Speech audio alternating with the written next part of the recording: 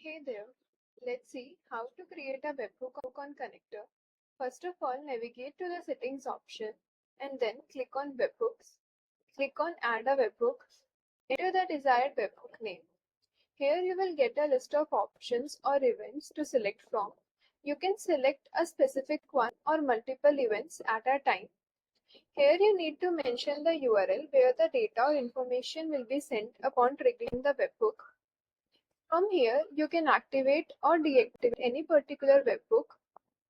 You can also activate the webhook for a specific campaign or for all the campaigns, and then click on Create New Webhook.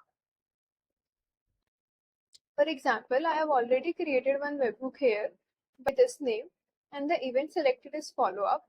The targeted URL has already been mentioned, and the webhook is activated. You can see that the webhook is activated for all the campaigns. We can change it for any specific one as well, or else for all of it. That is how you can create a webhook on Konnector. Thank you.